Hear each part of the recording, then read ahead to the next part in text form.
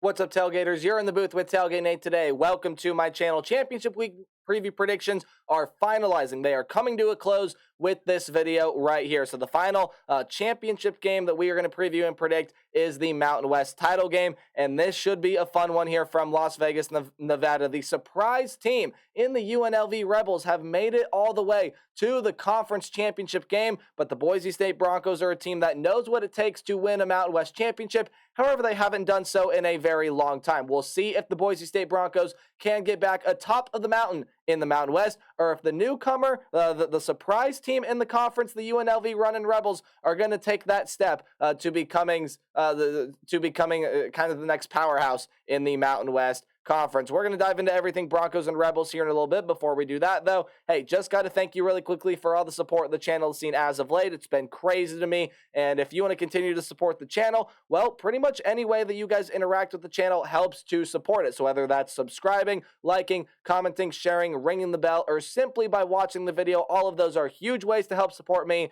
and I greatly appreciate whatever you guys may be willing and or able to do to help this channel grow and continue to help support what I do here on YouTube. But that's enough about me, and with all of that out of the way, let's dive on into everything Broncos and Rebels here in championship week in college football. Again, final video that I'll be uploading. Every other conference already has a video out. You guys can go check those out after you finish watching this one. Of course, let's dive on into this Broncos offense. Now, there is a lot of very dynamic playmakers on this offense, but this offense starts out with the running back room. Ashton Jeanty is one of the very best in the business across the country. 1,113 yards, 13 touchdowns on 6.1 yards per carry. He's been an absolute workhorse of this season, is a very, very good rusher, is very tough to stop. And then his backup, George Halani, that may be the best 1-2 punch in the running back room across the entirety of the group of five. 530 yards and 5 touchdowns for Halani. And then the quarterback, Tailon Green, who now is back and fully healthy. Maddox Madsen ended up taking over for Tailon Green there about midway through the season. But now that Tailon Green is back, now that he is healthy, you get your third leading rusher back, 346 yards and 7 touchdowns on the year. But he's also a pretty good passer as well, 1,526 yards and 9 touchdowns. However, there have been problems with Tailon Green's game so far this season. It has been the interception bug. 9 touchdowns to only 8 interceptions this year. Just not a very good ratio. You want to see that get back up. His completion percentage also has not been there. 55% completion percentage on the season so far. Look, I think all Boise State fans know, and even I know when I was previewing, predicting this team in the preseason, and as I've been watching this team throughout the season, I know that Tailon Green can be a dynamic playmaker. He hasn't necessarily shown that quite yet, but I think everyone knows what Tailon Green can do, right? I think everyone knows that Tailon Green can be a really, really good playmaker. He can be very, very dynamic, and he can be a game-breaking quarterback.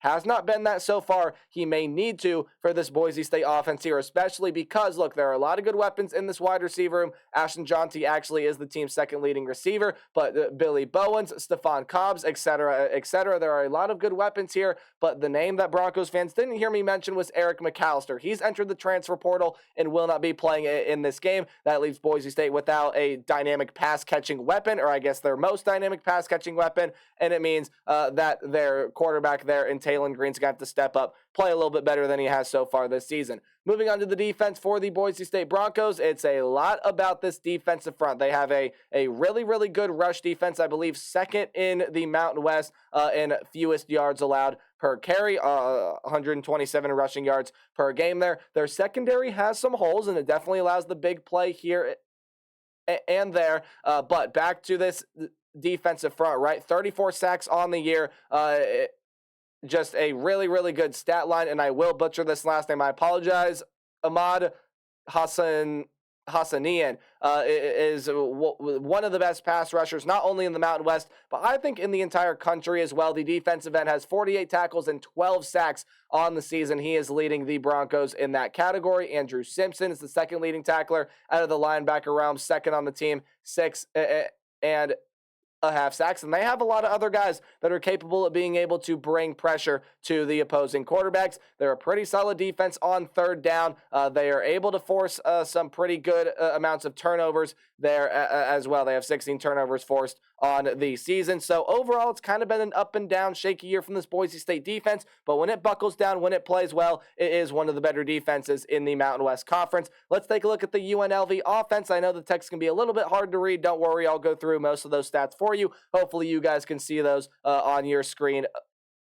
Okay, but this UNLV offense, what a job that this coaching staff has done to be able to take this offense to the next level. And it starts out with the play of their quarterback in Jaden Mayava. 2,628 yards, 14 touchdowns and 6 picks. Now, the touchdown to interception ratio is not going to wow people. The yards may surprise people a little bit given the recent history of this UNLV program, and the completion percentage people are going to look at and say, hey, that's pretty good. He's got a 64% completion percentage, 9.1 yards per completion there as well. Again, the touchdown to interception ratio, yeah, okay, not going to wow people, but Maeva is a very, very good game managing quarterback. No, he's not the game breaker like Tailgate Green can be, but he is a very, very good player. He manages the game very well. He has a lot of very good weapons, including an absolute stud there in Ricky White. An seemingly effortless 1,300-yard season, 75 catches with 7 touchdowns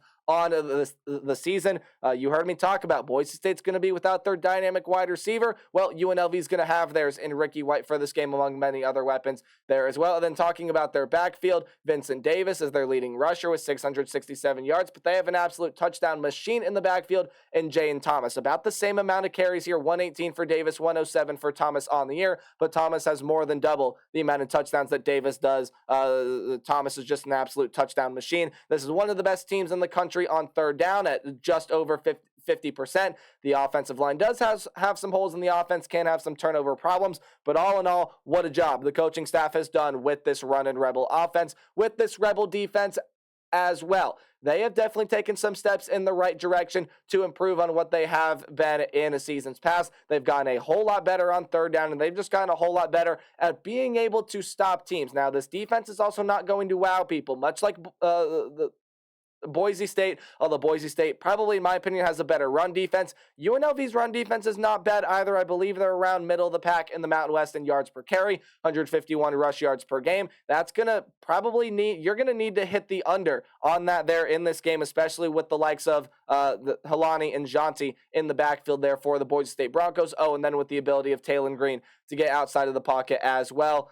You have 24 sacks on the season if you are the UNLV Rebels. And taking a look at the stat line here, no guy is over 3 sacks. So the sack production really is coming from everywhere, but the turnovers forced have been a huge difference maker for UNLV. 22 turnovers forced on the year, 13 picks and 9 fumbles recovered. That's been a huge defense on why UNLV has had a very successful season. Let's dive into your what to watch for. It's your keys to the game. It's just some things I think you should keep an eye on while you're paying attention to this one. I've talked about it before in this video, but with Tailgate Green healthy, I think now is the time for him to ball out on the biggest stage in the brightest lights. I do think that I'm going to call a little bit of a prediction here. I do think that this is the game that Tailgate Green balls out, and it is going to be necessary, especially without Eric McAllister, your leading receiver. He has entered the transfer portal. He will not be playing in this game. You can obviously rely on your backfield, and I think Ashton Janti,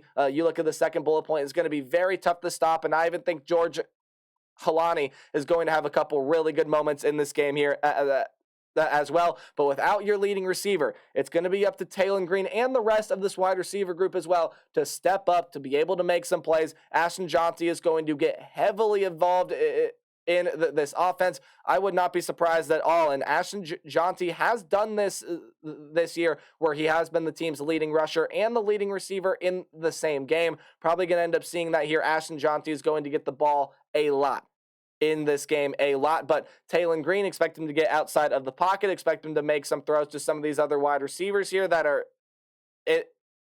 in this room, and I think all in all, it'll be very tough to slow down Ashton Jonty, given the way that this UNL defense, while it has improved, is still growing and still trying to get better as we sit here and talk today. Slowing the run game down and being able to cover Ricky White are imperative. I think you can be able to throw, or I think you can afford, if you're Boise State, to throw a lot of resources here at this run game to be able to slow it down in order to force UNLV to have to make some big plays through the air, force Maeva to be able to have to throw the ball downfield. And if I were Boise State secondary, I would double cover Ricky White on pretty much every single play.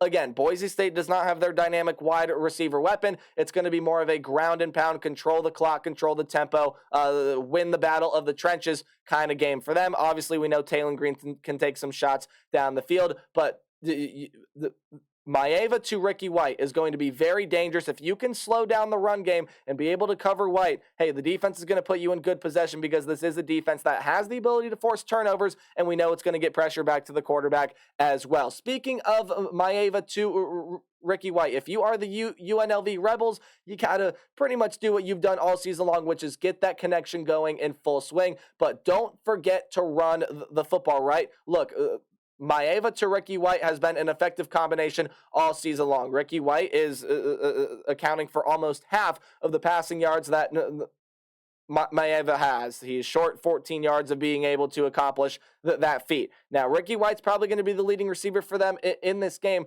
but you can't forget to run the football as well. You got to be able to mix it up here against this Boise State defense, and I think it's imperative, too, that even though this Boise State defense can be pretty good at defending the run, there are holes, and there are aspects that UNLV is going to look to exploit here. I think Vincent Davis is a great setup guy to get him in, and then again, Jaden Thomas, just the absolute touchdown machine that he is, I think will be finding the end zone in this game. Even a guy I haven't mentioned here, in Donovan Lester, has 9 touchdowns on the season. UNLV has ran the football very, very well this year. I think they're going to continue to do it, but Maeva to Ricky White, especially with how streaky this Broncos secondary can be, needs to be out in full force as well. But you need to be able to dictate the tempo defensively. Usually when I talk about dictating the tempo, it's okay. Let the offense work. Keep the other offense off the field. Let your offense be on the field as much as possible. With Boise State coming out here and not having Eric McAllister, they're going to want to try to slow down the game. Well, not necessarily slow down the game, but they're going to want to run the ball a whole lot with Jonty and Halani getting Tailon Green outside of the pocket as well. So the UNLV Rebels can't let that happen because that's only going to eat up more and more clock, especially with the new first down rule in college football. You need to dictate the tempo defensively. You need to get into that backfield early and often. You need to set the tone for this game. But I think this game is going to be won in the trenches. Which team can run the ball better? Which team can stop the football better? Or I should say, which team can run the ball better? Which team can stop the run better? I think ultimately that's what's going to end up deciding this game. Now, I really do think that I'm